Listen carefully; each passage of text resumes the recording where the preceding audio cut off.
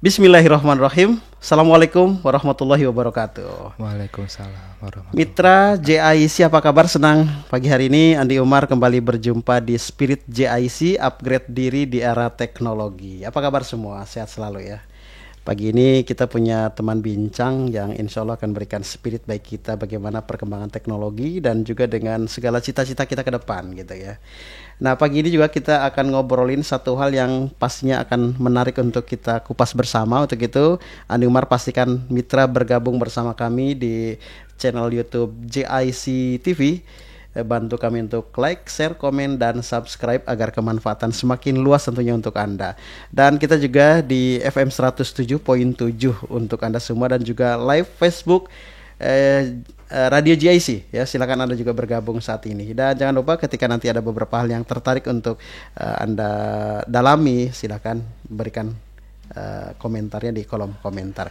Ada Dr. Billy Lazuardi MS sudah ada di studio. Assalamualaikum Pak Billy. Waalaikumsalam Bapak Ade. Apa kabar? Alhamdulillah, Sehat. subhanallah, senang banget ketemu Bapak. Kita yang senang karena Pak Billy tengah sibuknya sudah meluangkan kami untuk hadir di studio. Aduh, saya merasa terhormat sekali bisa berada di sini, Pak. Justru saya ngebayangin gimana Pak Billy membagi waktu kan gitu ya. Karena pertama Pak Billy sebagai dosen di Jayabaya. Ya, Dosen pasca sarjana. dosen pasca sarjana Jayabaya. Selain betul. itu juga sebagai trainer di salah satu lembaga trainer. Ya, Esas Manajemen, betul Esas ya? Manajemen. Esas Sama- Manajemen. Wah. Mohon izin sebentar, saya mau biar nggak kalah keren sama Asik. Bapak. Oh, iya. Saya mau pakai peci juga.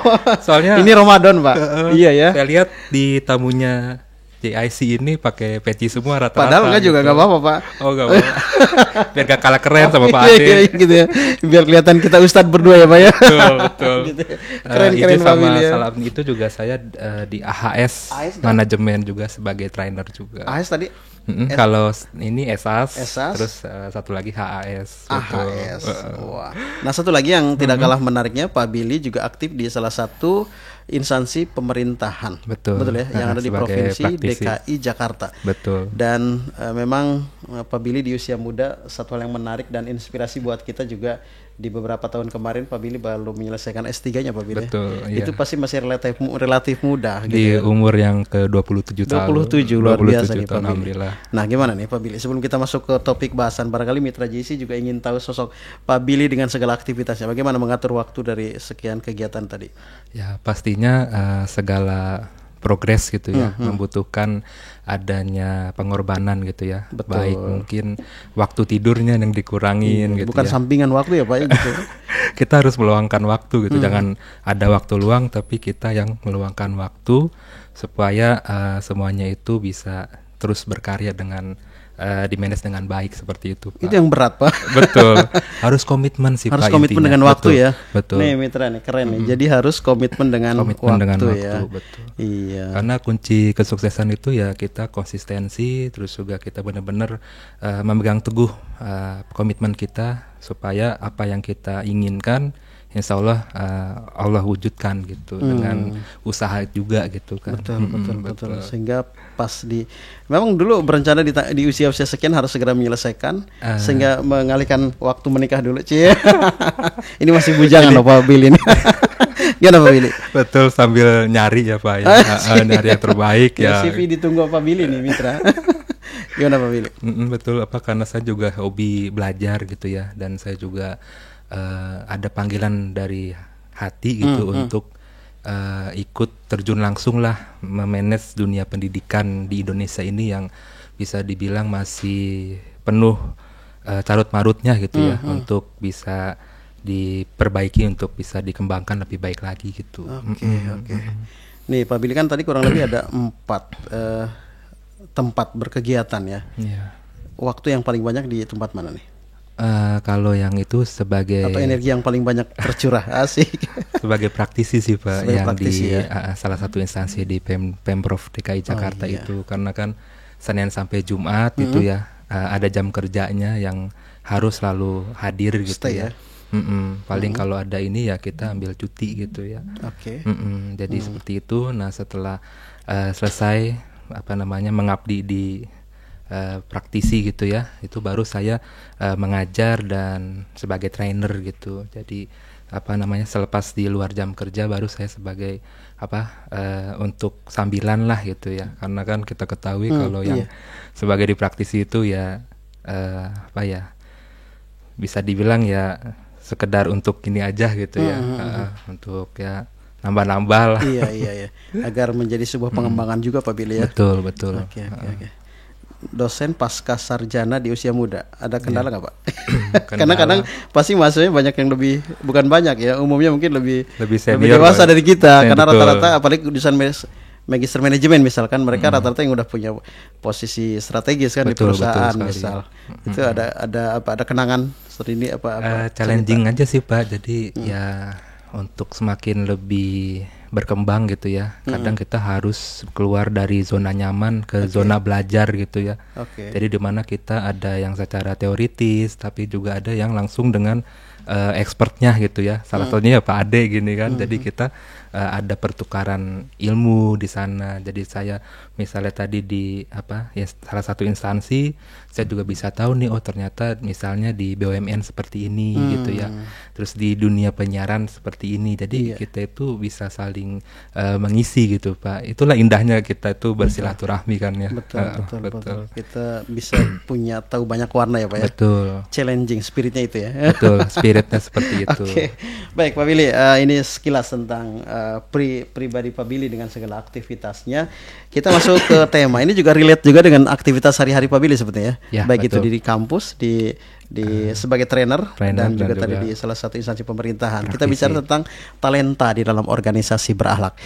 Kalau kita bicara organisasi ya siapapun masuk di sini Pak ya. Betul. Yang sedang ngelola yayasan atau sedang di instansi, di sekolah gitu kan, atau di perusahaan atau apapun, ketika kita berkumpul dengan banyak orang pasti ada manajemen di sana, ada di kategori sebagai bagian organisasi ya Pak Billy. Tapi satu hal mungkin ini ada kata yang cukup menarik, ini ada talenta.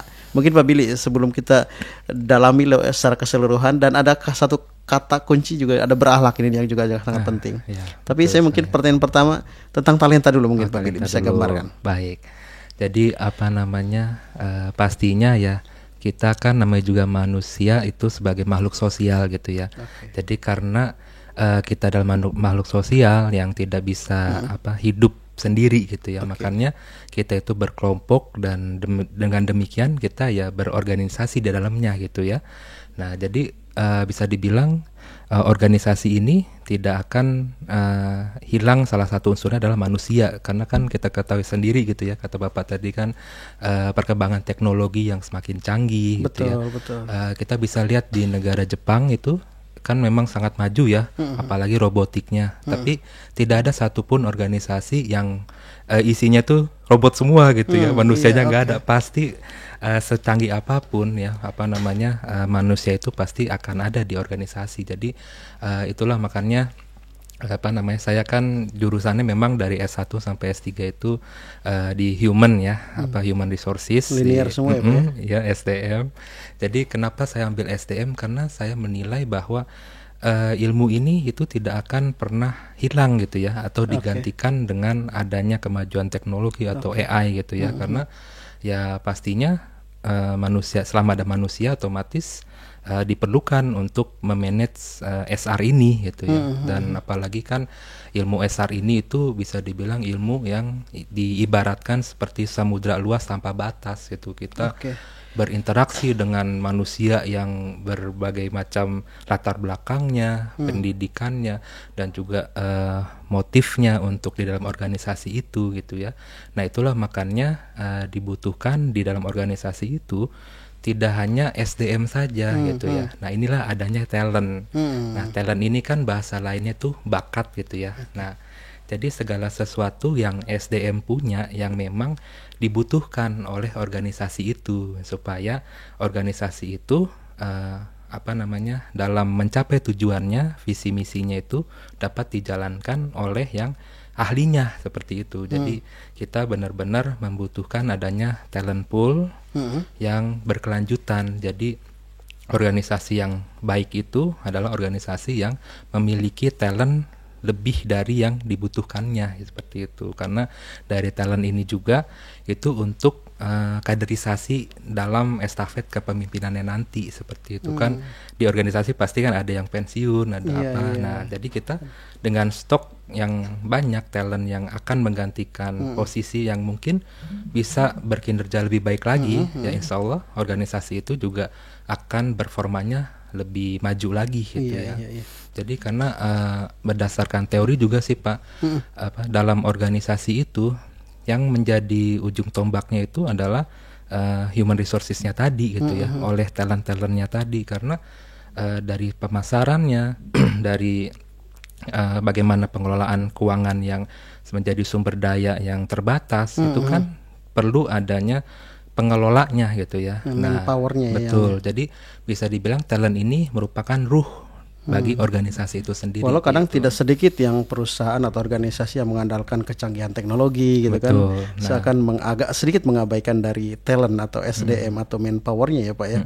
Ini ternyata ini yang memegang peran yang strategis itu juga adalah atau ruhnya tadi adalah talentnya ya. Talentnya, karena secanggih apapun teknologinya, tapi tidak dibarengi dengan peningkatan skill, upgrade dari betul SR itu talentnya, maka itu akan sia-sia teknologinya gitu, karena tidak bisa dioptimalkan dengan baik oleh pegawainya seperti itu. Jadi di mana kemajuan yang ada teknologi itu ya untuk mensupport kinerja dan juga mempermudah talent tadi untuk melakukan kegiatan atau pekerjaannya sehari-hari seperti itu. Iya, jadi kalau ada pertanyaan misal seberapa penting sih talenta, jadi sangat penting. Sangat penting sekali. Keberadaan. Betul. Dan memang regenerasi, kalau tadi misal dibayangkan dalam perusahaan tersebut ada yang pensiun sehingga harus meninggalkan perusahaan, kita sudah punya amunisi talent-talent baru yang siap menggantikan posisi tersebut. Iya, dan siap dengan mengimbangi perkembangan zaman yang terus berubah dan berbeda sedikit bergeser dengan digitalisasi dan upgrade di era teknologi ya begitu ya. Betul. Karena dalam talenta kita memanage talenta atau dalam manajemen SDM itu sendiri itu tidak lepas dari 4 kegiatan ya. Yang pertama pasti semuanya itu harus rekrutmen ya, dimulai rekrutmen. Setelah jadi kita tidak asal ya Pak ya, tidak asal kapasitasnya harus sesuai. Ya, dan gitu.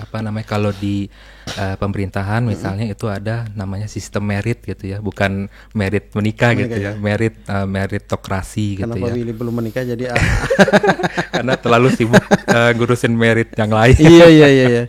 Jadi iya seperti itu. Jadi satu tadi rekrutmen dari 4 tahapan itu. Rekrutmen, setelah kita itu pun juga berdasarkan dari evaluasi di tahun yang sebelumnya gitu ya.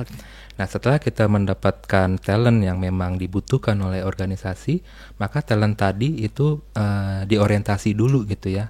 Nah, diorientasi itu adalah ada 2 keuntungan, baik dari perusahaannya atau instansinya maupun dari calon pegawainya itu gitu ya. Nah, kenapa dari sisi perusahaan itu yang tahu bagaimana dalam melakukan pekerjaan sehari-hari yang dijalankan oleh calon pegawainya itu gitu ya. Apakah dia itu bisa sesuai dengan budaya kerja yang ada di instansi gitu ya, dan juga bisa tahu nih tidak hanya dari karena kan kita bekerja itu tidak hanya dari kompetensinya aja, tapi juga bagaimana kita berbaur di dalamnya gitu ya, berkoordinasi, berkomunikasi, itu kan salah satu yang terpenting gitu ya. Nah, itu dari perusahaannya. Nah, kalau yang dari segi calon pegawainya tadi itu memberikan kesempatan mereka untuk kembali muhasabah diri lah gitu ya. Apakah saya ini benar-benar akan mengabdikan hidup saya untuk bekerja di instansi atau perusahaan ini gitu ya.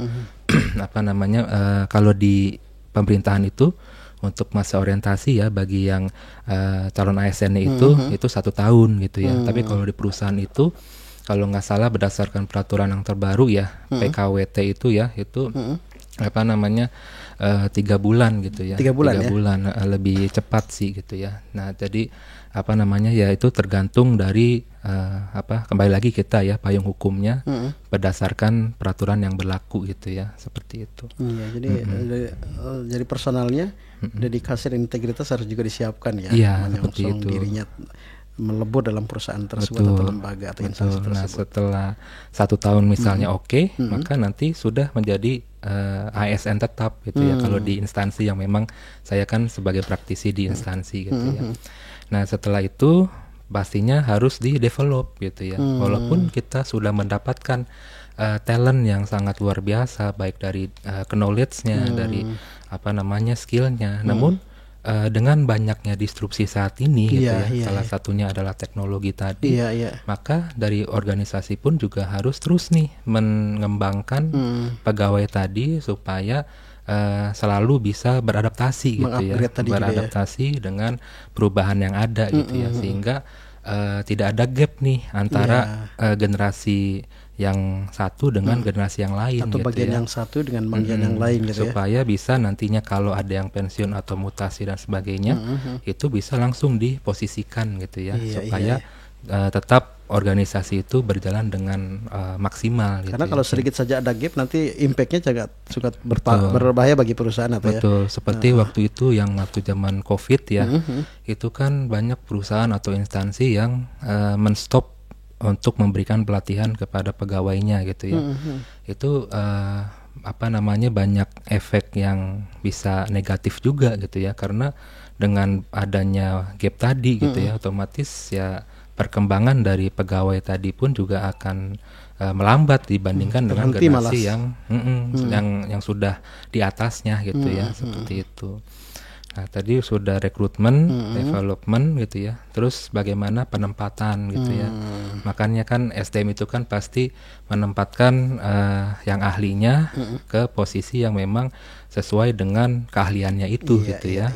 Jadi selain keahliannya, kalau menurut penelitian dari Prof. Pribadiono itu juga karakteristiknya gitu ya. Selain keahlian, karakteristiknya yang terkait dengan budaya kerja tadi. Nah, itulah masuk ini yang berakhlak gitu. Jadi kita gimana menciptakan budaya kerja, budaya organisasi yang memang benar-benar didukung oleh para pegawainya yang berakhlak gitu ya. Karena kan bisa dilihat ya berakhlak ini itu kan adalah singkatan gitu ya. Jadi berorientasi pelayanan ya, A-nya itu akuntabel ya, K-nya ini kompeten, dan H-nya ini harmonis gitu ya. L-nya itu loyal, A-nya itu adaptif, dan yang terakhir K-nya itu kolaboratif Pak Ade gitu ya. Jadi berakhlak nih juga singkatan ya. Singkatan berorientasi gitu. Pelayanan, akuntabel, kompeten, harmonis, loyal, adaptif, dan kolaboratif. Betul, ini berakhlak. Dan ini core value yang harus dimiliki oleh setiap talenta. Betul. Dan ini kan waktu itu permulaannya ini Pak Presiden ya, tanggal 27 Juli tahun 2021 mencanangkan atau menetapkan berakhlak ini, karena tadinya setiap instansi baik di kementerian ataupun di daerah itu memiliki core value yang bermacam ragam gitu ya, berbeda-beda mereka gitu ya. Nah, sehingga dibutuhkan nih di negara Indonesia juga yang core value-nya itu sama semua ya, baik di pusat maupun di daerah, supaya ada rasa persatuan gitu ya. Karena kita melihat di salah satunya di Korea gitu ya, Korea Selatan itu ada juga core value di mana mereka itu disiplin, rajin, dan juga mengabdi kepada negara seperti itu. Nah, jadi kita di Indonesia pun juga ingin menetapkan core value berakhlak ini kepada seluruh ASN-nya gitu ya, supaya mereka itu memiliki pondasi yang teguh gitu ya. Karena kan pastinya kalau diumpamakan sebagai bangunan ya Pak ya, itu kan harus pondasinya itu yang kuat ya, supaya kokoh, bisa bertahan dari segala macam disrupsi yang ada gitu ya. Nah, inilah pondasi yang ditanamkan dan dibudayakan dan juga diimplementasikan kepada setiap ASN di pemerintahan di negara Indonesia seperti itu. Dan kita pun juga ada nih Pak hashtag gitu ya, sebagai branding employee kita itu adalah bangga melayani bangsa gitu ya. Karena kan kita pastinya kan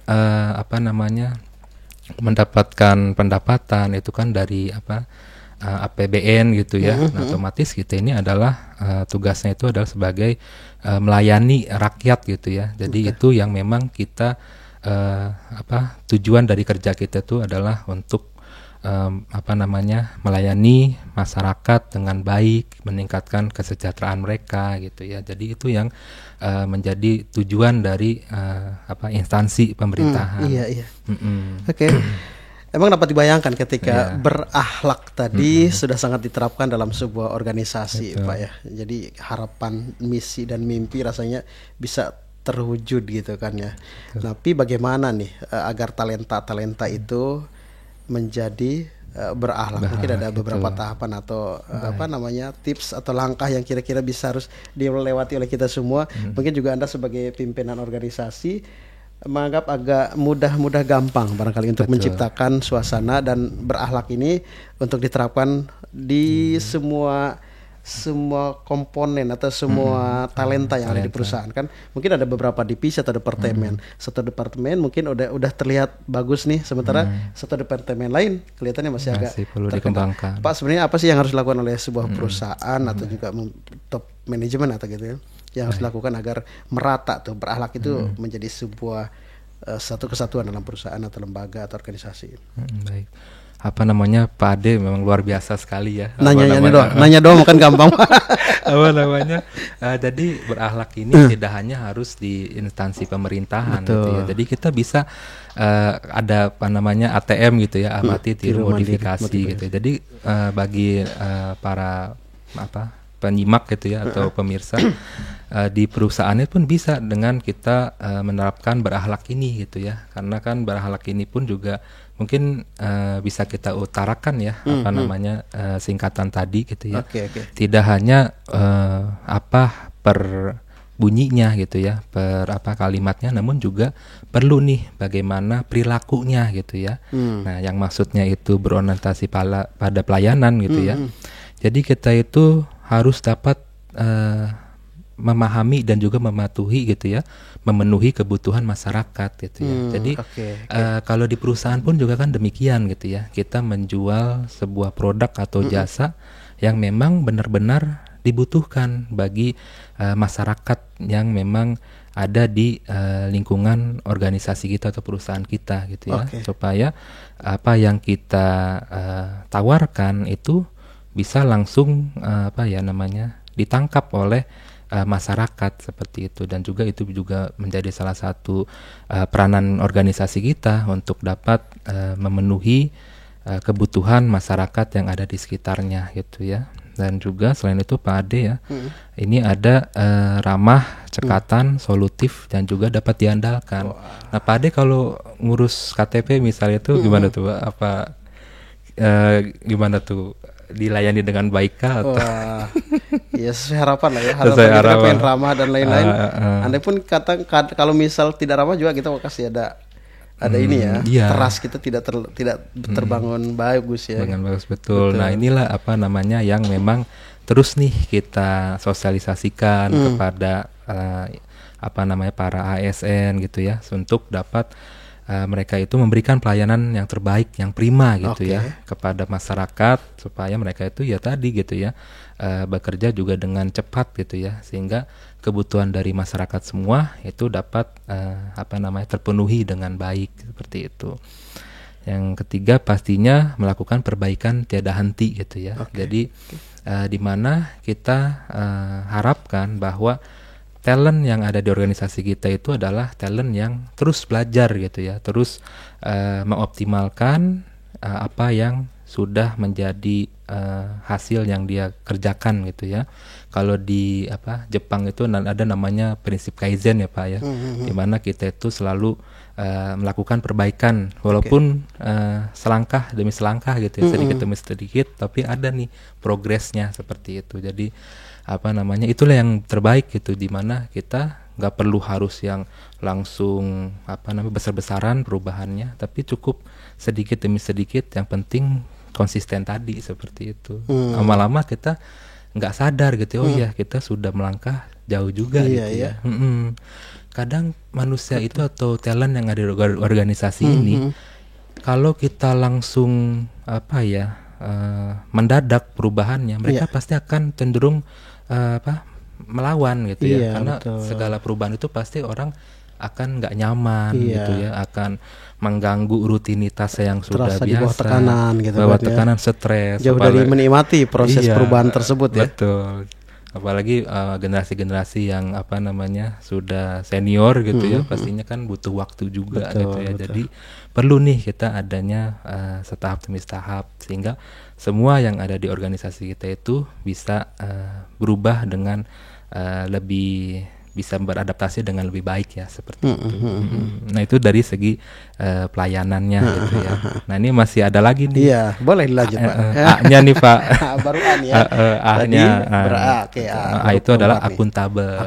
Akuntabel ini kita itu harus di mana memang berakhlak ini kan pasti akhlakul karimah gitu ya, kita perilaku gitu ya. Jadi kalau akuntabel ini kita itu harus melaksanakan pekerjaan dengan jujur, bertanggung jawab ya, cermat, disiplin dan berintegritas tinggi gitu ya. Yang dimaksud berintegritas tinggi itu adalah kita konsisten, di mana kita itu memegang teguh prinsip. Misalnya pasti banyak ya, setiap organisasi, setiap perusahaan pasti ada namanya oknum gitu ya. Nah, jika kita sudah memiliki prinsip yang teguh, mau apapun taruhlah namanya godaannya gitu ya, kita akan istiqomah gitu ya, selalu jujur gitu ya, selalu bertanggung jawab terhadap pekerjaan kita walaupun tidak diawasi oleh supervisor kita, oleh pimpinan kita gitu ya. Dan juga bagaimana disiplin ini pun juga sangat penting Pak Ade untuk mencapai keberhasilan organisasi, karena kalau kita nggak disiplin ya otomatis roda organisasi itu pun juga akan terhambat oleh kinerja kita. Karena kan kadang satu bidang dengan bidang lain itu saling terintegrasi gitu ya. Kalau yang satu staff taruhlah kurang optimal, otomatis ya perjalanannya pekerjaan itu pun juga akan tersendat seperti itu Pak. Betul. Itu dari akuntabel. Akuntabel gitu ya. Terus juga masih yang akuntabel juga masih ya. Karena ini sangat penting juga Pak, menggunakan kekayaan ya dan juga barang milik negara secara bertanggung jawab, efektif dan efisien gitu ya. Ya pastinya kan ini semua dari pajak ya, pajak rakyat gitu ya. Dan juga di mana kita itu kan diamanahkan ya, itu kan tanggung jawabnya tidak ada di dunia aja tapi di akhirat juga gitu Pak ya.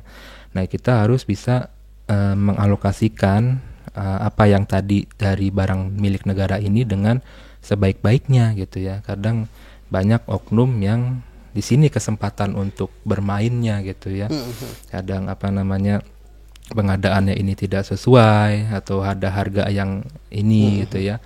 Terus juga bahkan ada yang sudah ada barangnya itu dijual lagi gitu ya. Nah dan nanti dijual keuntungannya buat ya tadi gitu ya, oknum-oknum tadi. Jadi penting banget gitu kita untuk ya terus gitu ya mengingatkan para pegawai kita untuk akuntabel seperti itu.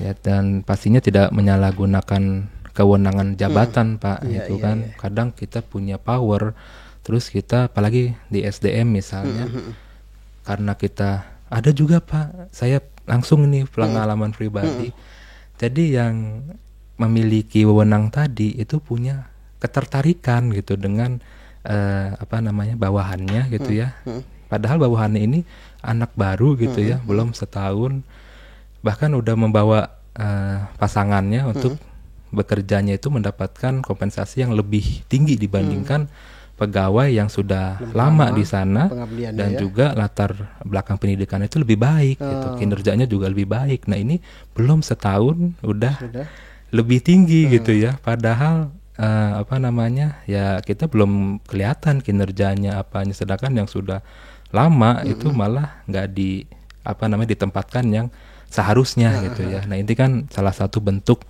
menyalahgunakan wewenang gitu ya. Jadi bukan karena faktor kedekatan untuk memberikan promosi ke tempat yang lebih itu ya? Harus ada sistem merit tadi Pak. Jadi kita lihat dari masa kerjanya, dari latar belakang pendidikannya gitu ya. Terus juga dari kinerjanya selama ini. Dan gitu kalau ya. itu terjadi juga akan jadi gap baru ya Pak ya, Iya, antara jadi sesama talent yang ada di dalamnya ya. itu bisa tidak memotivasi mereka gitu ya, dan tidak ada keadilan di dalamnya, otomatis itu bisa menimbulkan konflik di organisasi itu, menyebabkan organisasi tadi ya bekerjanya juga tidak baik gitu ya. Udahlah si A aja kira-kira misal yang tidak terlalu terlihat rewardnya langsung diberikan jabatan yang ini, sementara kita yang sudah dedikasi sudah lama misalkan dengan tadi jenjang pendidikan yang dimiliki juga cukup bagus, tapi masih di stuck di tempat itu gitu kan. Itu juga cekat kurang ini ya.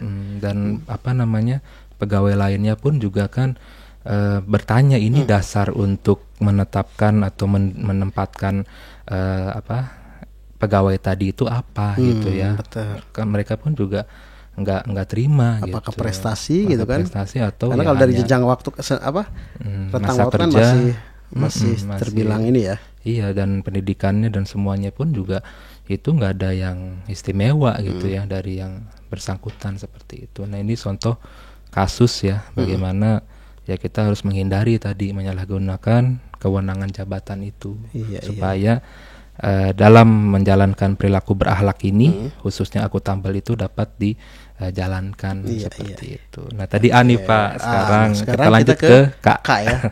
K itu apa, ini Pak? adalah kompeten gitu ya. Kompeten Kalau di ya, KBBI betul. Nah ini meningkatkan kompetensi diri untuk menjawab tantangan yang selalu berubah. Nah ini tadi ya kita terus ikut trainer gitu ya, ikut pelatihan, ikut diklat gitu ya. Nah ini kadang juga ada Pak di lapangan itu, di mana yang ikut pelatihan ini orangnya itu aja gitu. Jadi memang spesialisasinya itu ikut pelatihan asal sekedar ikut gitu ya. Nah ini yang harus dihindari gitu ya. Jadi pelatihan ini memang didasarkan dari adanya gap kinerja. Kita bisa lihat bagaimana apakah di bawah standar atau sudah lebih dari standar. Nah kalau di bawah standar itu maka diberikan pelatihan yang sesuai, misalnya dari segi menggunakan komputer gitu ya, atau yang memang dibutuhkan oleh pekerjaannya. Nah setelah nanti ikuti pelatihan pegawai tadi itu namanya kita ukur lagi gitu ya, apakah ada peningkatan kinerjanya atau tidak. Nah kalau misalnya tetap kinerjanya masih di bawah standar, nah itu kita bisa mutasi supaya dia itu menemukanlah yang memang sesuai gitu. Tapi setelah dilewati misal tadi dengan pelatihan dulu ya, pelatihan nanti dulu diberikan amunisi baru lagi. Betul. Gitu kan. Kalau nanti tidak bergerak, nanti solusi yang baru nanti bisa dimutasikan. Mutasi yang memang sekiranya sesuai dengan, mungkin bukan passion dia di posisi itu kali. betul, ya Pak ya. Karena banyak sekali sih yang memang mempengaruhinya gitu ya, dari tim kerjanya atau dari mungkin fasilitas kerjanya dan sebagainya. Nah, makanya sebelum diberikan pelatihan dari pimpinannya juga perlu nih mengcoach langsung pegawainya dengan bertanya apa yang menjadi kendala dalam bekerja, sehingga nanti menemukan nih solusi dari pegawai itu sendiri gitu ya, sehingga dia itu lebih komitmen dalam memperbaiki kinerjanya seperti itu. Seperti itu. Itu yang kompeten ya. Kompeten, betul. Penting ya. Penting sekali. Kompeten juga sesuai dengan tempat atau yang menjadi tupoksi kerjaan si masing-masing talent ya Pak ya. Betul, gitu ya. Karena kan tidak begitu menikmati ya, pasti kalau dia tadi tidak sesuai dengan passion gitu kan. Betul. Terus juga tim kerjanya, produktivitas juga mungkin tidak sesuai dengan harapan gitu kan, agak sedikit melambat dan lain-lain. Betul. Selain kompeten apa Pak? Kompeten juga harmonis Pak ya. Harmonis. Harmonis itu kalau di penelitian gitu ya, nah harmonis ini itu dari eksternal pegawai gitu ya, jadi bukan dari individunya. Kalau tadi kan pelayanan, akuntabel, kompeten itu dari individunya, internalnya. Tapi kalau harmonis ini kita sudah eksternal gitu ya, pihak luar ya, dengan orang lain. Betul. Bagaimana kita berkoordinasi gitu ya, baik di internal organisasi atau dengan eksternal juga Pak. Ya, pokoknya di luar dengan diri kita, stakeholder gitu. kita.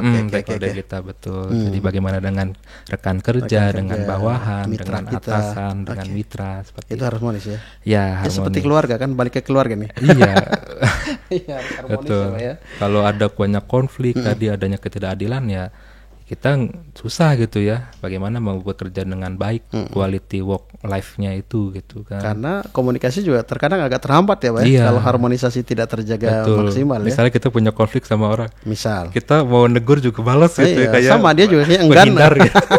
Padahal ada hal yang sangat penting, urgent untuk dikomunikasikan, apalagi Iya. dalam bicara ranah kerja dan tugas ya. Dan pernah juga di tempat saya salah satu gitu ya, ada satu divisi dengan divisi lain karena ketidakcocokan gitu ya, untuk mempertahankan egonya masing-masing, akhirnya begitu gitu ya, saling menjatuhkan, saling nah itu yang harus ya kita perbaiki dengan peran pimpinan yang lebih tinggi untuk memediasi kedua belah pihak betul. gitu. Karena tidak ideal Pak ya kalau dalam Iya. sebuah organisasi misalkan satu dengan yang lain, ya tadi harmonisasi tidak ada, malah saling tadi menjatuhkan atau mencari cara agar kita yang terlihat dekat dengan pimpinan gitu ya. Iya, jadi kan, Dan saya rasa perusahaan banyak yang iya, mengeluhkan, di lapangan sih seperti salah satunya mungkin itu juga ya Pak ya. iya, Karena semakin banyak talenta yang masuk gitu kan Pak, kalau tadi tidak didampingi dengan upgrade dan lain-lain, akan mudah juga mewarnai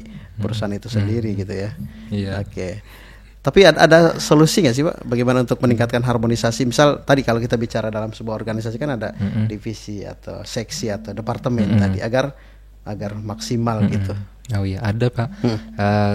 Salah satunya tadi gitu ya, kita kembali lagi memperkuat nih sosialisasi terkait dengan visi misi organisasi gitu, bahwa kita bekerja ini adalah untuk mewujudkan dan juga menjalankan misi organisasi supaya mencapai visi dan tujuan organisasi secara keseluruhan gitu ya. Dimana ya kita kalau tidak bersatu gitu ya, bagaimana mau mewujudkan tujuan organisasi gitu. Jadi penting sekali kita harus menurunkan ego masing-masing, lalu juga kita harus belajar untuk bekerja dengan profesional walaupun mungkin ada masalah di dalamnya gitu ya, sehingga ya lambat laun pun juga akan terbiasa gitu ya, karena kan ada masalah yang akan selesai seiring dengan waktu gitu Pak ya. Jadi seperti itu. Jadi memang kita hadapi aja gitu ya, nanti juga akan menyesuaikan masing-masing gitu. Yang pasti kita tidak menghindar dari gejolak apa yang sedang ada di lapangan ya Pak ya, tapi terus mendekat dari problem yang sedang terjadi ya. Betul. Agar harmonisasi supaya saling terwujud. bisa memahami. Betul. Gitu. Oke, tiga huruf tadi: akuntabel, kompetensi, dan harmonisasi. Ada 3 kata lagi. 3 huruf lagi Pak. Nah ini K-nya lagi itu masih adalah ada ya? Kolaboratif Pak. Oh, kolaboratif. Jadi kita itu juga bekerja sama gitu ya, untuk bisa saling memberikan keahlian kita, untuk memberikan value yang lebih kepada organisasi gitu ya. Ini juga terkait dengan inovasi gitu ya, supaya bisa saling ada kekurangan gitu ya. Nah kekurangan itu nanti kita cari nih siapa yang bisa menutupi gitu ya. Misalnya divisi ini kurang bagian teknologinya, sedangkan divisi yang lain itu lebih gitu ya, lebih mampu. Nah kita bisa nih saling kolaboratif tadi gitu. Dan juga terkait dengan sumber daya juga gitu ya, yang terbatas. Dengan adanya kita saling sharing gitu ya, otomatis organisasi itu juga bisa berjalan dengan lebih optimal gitu ya, dengan sumber daya yang terbatas gitu. Nah ini kolaboratif gitu Pak. Kolaboratif ya, karena bisa jadi yang ini terlalu berlebih sementara yang kurang. Nah itu bisa padu-padannya kayak pertukaran ilmu juga bisa di dalamnya, kita belajar gitu ya, pegawai-pegawainya agar roda organisasi berjalan maksimal lagi betul, Pak ya. Betul. Tapi ada juga ini Pak Minsel, nggak tahu ada keterkaitan nggak dengan yang kolaboratif tersebut. Kadang ada juga perusahaan yang terkesan one man show gitu kan. Jadi ketika tidak ada saya kayaknya gitu kan. Jadi sehingga tidak peduli kalau di departemen ini kurang SDM gitu kan, sementara itu lebih, tapi tim yang di sini tuh merasa kalau tidak ada saya akhirnya kan agak tumpang tindih ya ke berjalan maksimalnya tersebut.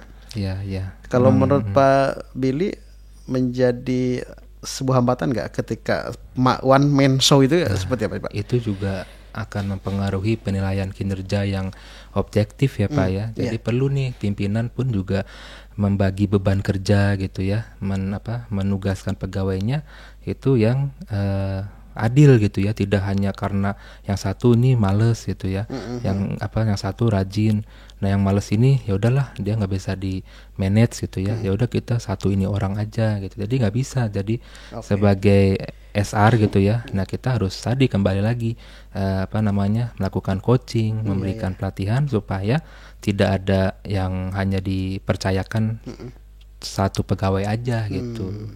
Jadi dimana semua pun juga memiliki kesempatan untuk belajar dan sudah menjadi satu kesatuan ya di dalam sebuah perusahaan atau organisasi tersebut ya. Betul. Itu yang kolaboratif. Kolaboratif. Nah sekarang A-nya lagi nih, dikit lagi nih Pak. Adaptif. Adaptif. Jadi kita tuh cepat menyesuaikan diri dengan perubahan gitu ya, terus berinovasi dan mengembangkan kreativitas serta bertindak proaktif gitu ya. Nah jadi penting nih kita SR sekarang ini kan sudah adanya kemajuan teknologi tadi, itu otomatis bagian administrasinya yang pekerjaan seperti payroll, absensi itu kan bisa otomatisasi gitu ya. Nah otomatis SR ini sekarang bergerak sebagai mitra bisnis ataupun mitra organisasi gitu ya, untuk dimana mereka itu misalnya waktu yang pandemi lalu karena kan harus WFH gitu ya. Nah itu mereka harus benar-benar menyiapkan dengan baik gitu ya. Oh ternyata ini di negara lain misalnya ada COVID, bagaimana cara menyesuaikan organisasi supaya terus bisa bekerja. Nah jadi udah persiapan dulu gitu, jangan kita kalau bahasa Betawinya kelabakan gitu ya. Nah jadi kita benar-benar bisa memanage SDM kita ini secara proaktif gitu ya. Bagaimana bekerjanya, terus juga kemampuan apa nih yang dibutuhkan untuk nantinya misalnya ada teknologi baru, ada apa, kita udah bisa menyiapkan talent untuk menggunakannya dengan optimal seperti itu. Nah itu maksudnya yang adaptif gitu ya, supaya kita itu terus berdinamis di dalamnya gitu ya, tidak pasif seperti beradaptasi dengan segala perkembangan yang ada ya Pak ya. Betul. Karena akan terus tertinggal ya Pak ya kalau kita kekeh dengan apa yang sedang dengan setelan kita gitu kan, sudah tidak nyaman, mengimbangi dengan kayak Nokia dulu kan. Betul, kita kan nggak mungkin, pasti akan ditinggalkan halayak gitu ya. Betul, raksasa padahal ya bisa betul. Langsung runtuh. Betul Pak. Kalau tidak adaptif, pasti juga kita dengan tadi itu stakeholder, kemitraan kita, jaringan juga mungkin tidak terjalin dengan baik ya. Betul. Karena mereka juga tentu di lapangan punya tantangan di lapangan ya Pak ya. Iya, dan itu bisa menjadi peluang juga, kita nyari nih peluang apa untuk menciptakan misalnya produk yang memang bervariasi gitu ya, apalagi kan generasi Z ini kan udah jenuh gitu ya. Jadi kita bisa terus nih mengembangkan baik dari produk maupun jasa kita. Atau juga pada saat pemasaran ya Pak ya, marketing juga penting. Nah itu juga betul, kita bagaimana menggunakan media sosial misalnya, bagaimana kita menyajikannya gitu ya.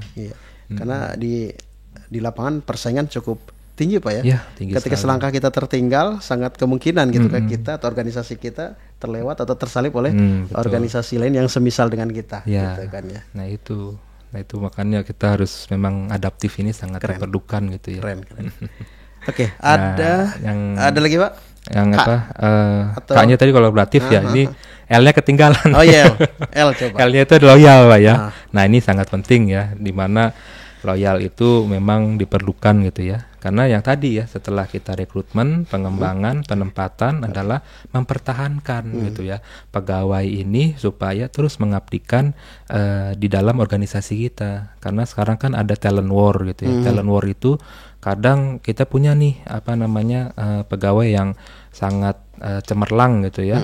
Nah, yang memang kemampuannya itu masih langka gitu ya oleh organisasi, makanya organisasi lain nih suka mencuri gitu ya, dengan memberikan mungkin balas jasa yang lebih baik gitu ya. Nah makanya perlu nih dari pihak manajemen untuk dapat memberikan baik itu kesejahteraan, baik itu perhatian yang lebih kepada ya tadi gitu ya, talent yang memang berkinerja dengan optimal gitu ya, seperti itu. Jadi apa namanya, dimana kita pun juga loyal di sini adalah menjaga nama baik gitu ya perusahaan kita gitu ya, dan juga tidak membocorkan yang memang bukan apa namanya rahasia gitu ya, seperti itu tuh termasuk apa dalam kategori loyal tadi seperti itu.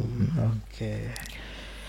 Kalau lihat praktek di lapangan hari ini Pak, dari beberapa instansi yang ada, apakah terus menggeliat untuk berakhlak ini, apakah sudah mulai penerapan yang cukup maksimal? Nah ini kan dari 2021 gitu ya. Nah, ini kan udah 3 tahun ya, hampir 4 tahun ya, 2024 ya. Nah itu apa namanya, kita semakin masif Pak gitu ya. Kita terus mensosialisasikannya, terus kita menggunakan berakhlak ini gitu ya. Kita share ke media sosial gitu ya. Dan juga di mana di salah satu kementerian misalnya gitu ya, kita itu setiap paginya selalu nih di mana ada pertemuan gitu ya, kita apa namanya, diberikan contoh-contoh dari aplikasi berakhlak ini, dan salah satunya juga perlu nih adanya praktik langsung menjadi apa namanya, yang memang mengimplikasikannya utamanya dari pimpinannya gitu ya, sebagai role model gitu. Jadi pimpinan ini perlu nih menjalankan berakhlak ini semua gitu ya, supaya bisa dicontoh oleh pegawainya. Nah selain itu pun juga ada nih namanya agent of change-nya gitu ya. Jadi memang para pegawai yang cakap kinerjanya gitu ya, yang merupakan tokoh di apa, memang dia tidak punya kedudukan gitu ya, cuman di dalam pergaulan itu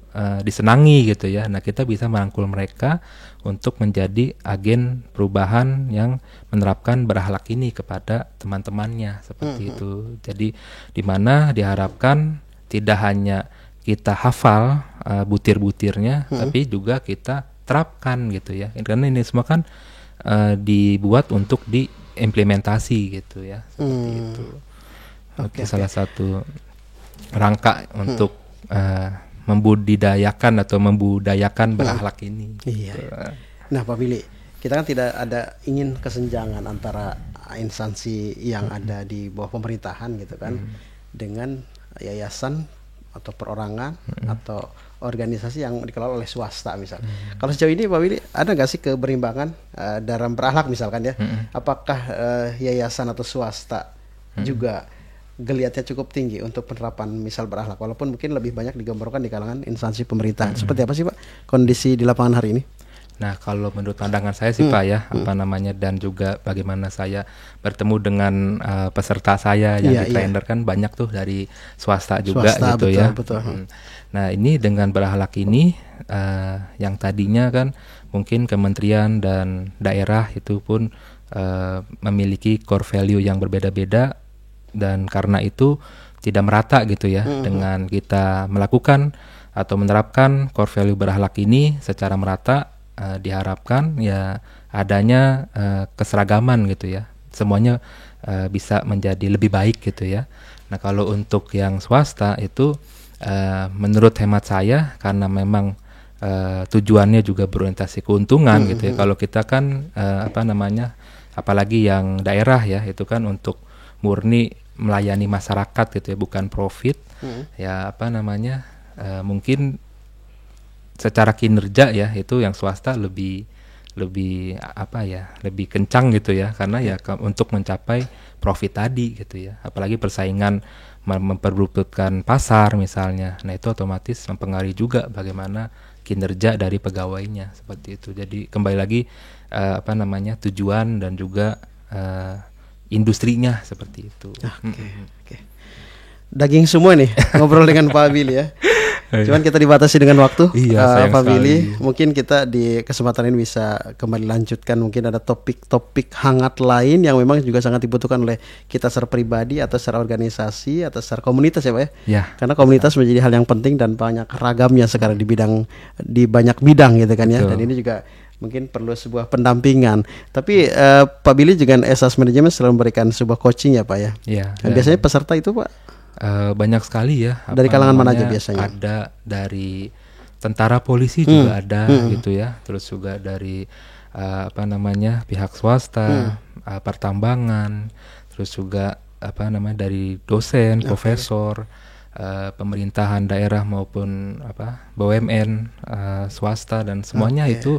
Karena kalau saya gitu ya, itu kan memanage SR itu gitu ya. Jadi kalau SR itu kan intinya atau poinnya, ilmunya itu kan sama gitu ya, untuk memanage manusia itu supaya bekerja dengan lebih baik gitu ya. Makanya semua instansi atau lembaga itu bisa untuk ikut di ESAS maupun di AHS gitu. Karena ini dari segi manajemennya. Betul. Gitu ya. Ini juga sepertinya membuka keran luas untuk mitra JIC. Anda yang merasa kok sedikit ada sedikit trouble atau gap ya dalam perusahaan Anda atau organisasi Anda atau komunitas Anda atau yayasan Anda, jangan berkecil hati. Hari ini Pak Willy siap memberikan sebuah pendampingan ya Pak ya, dengan perusahaan ESAS Manajemen dan juga AHS-nya gitu kan. Silakan mitra bisa berkolaborasi atau juga mungkin bisa menjadi bagian yang terintegrasi dan bisa berkolaborasi dengan Pak Willy dengan perusahaan tersebut ya, mitra JIC. Mungkin Pak Willy 1 menit sebagai catatan akhir dari perjumpaan kita hari ini. Oke, baik. Kita sebagai rakyat ya yang bekerja gitu ya, yang berkarya, teruslah kita itu menciptakan gitu ya atau berkontribusi untuk selalu progres yang berkelanjutan gitu ya, supaya kita tidak hanya bermanfaat untuk diri kita namun juga untuk orang banyak seperti itu. Karena kan ya Pak Ade ya, sebaik-baiknya manusia adalah mereka yang bisa bermanfaat gitu ya untuk orang banyak seperti itu. Jadi teruslah berkarya, apapun yang terjadi gitu ya, baik buruknya ya kita hadapi gitu ya secara optimis gitu, seperti itu. Closing statement yang ciamik ini dari Pak Willy. Ini mengakhiri jumpa kita mitra JIC di hari ini di Spirit JIC, upgrade diri di era teknologi. Terus bergabung bersama kami. Semoga nanti Pak Willy punya waktu lain bisa kembali lanjutkan poin-poin penting lainnya yang belum kita bahas di hari ini. Kami berdua pamit undur diri dan mohon maaf dari yang kurang, dan selamat melanjutkan ibadah puasa kita hari ini. Wassalamualaikum warahmatullahi wabarakatuh. Waalaikumsalam warahmatullahi wabarakatuh. Pak Willy, terima kasih. Terima kasih Pak Ade.